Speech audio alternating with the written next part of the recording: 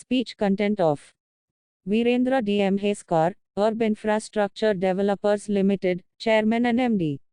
Sitting on a strong cash balance of over INR 2,000 crores.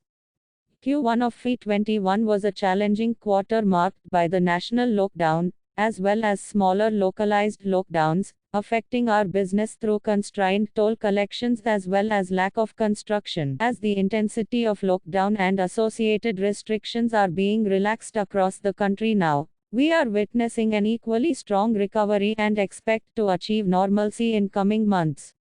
We have achieved above 80% recovery levels, year on year in the month of July for our toll collections across projects, and our construction sites are gradually moving towards the desired momentum. Closure of the private InvIT deal with GIC affiliates as well as the Mumbai-Pune TATWIN has provided us with a strong balance sheet and financial footing, well in time to take on the lockdown impact, without much pressure given the challenges. Our business strategy today needs to calibrate both the long-term and short-term strategy.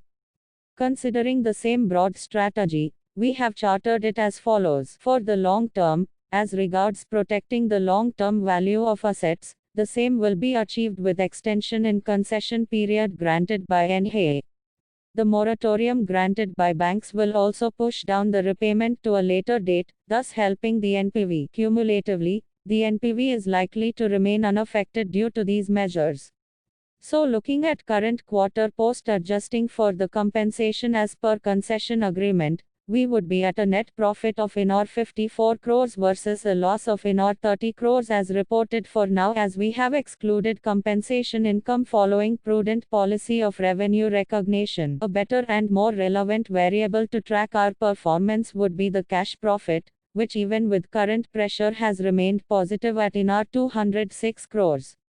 And as we move towards regaining the pre-COVID levels of business activity in coming months, the revenues are likely to get stronger and result in sight becoming positive at the earliest. Well, we talk for short term now. By keeping in mind the long term objectives, we cannot ignore the short term compulsion. To cater to the same, liquidity was a critical factor.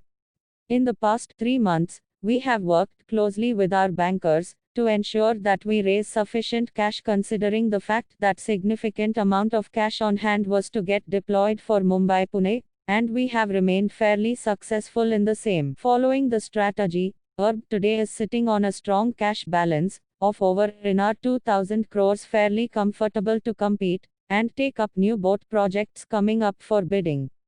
NHAI has lined up INR 9,300 crore worth of boat pipeline and INR 130,000 crores worth of HAM projects for the balance of FY21.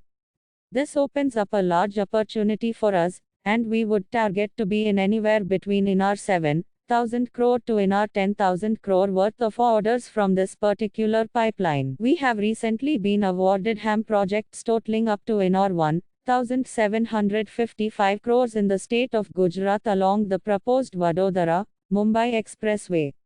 Thus, taking the order book to approximately INR 12,900 crores, 2.6x of previous year's revenues. Given the financial and operational capabilities, we plan to participate in all viable upcoming boat bids and also in select, TOT and HAM projects going forward to shore up the order book further.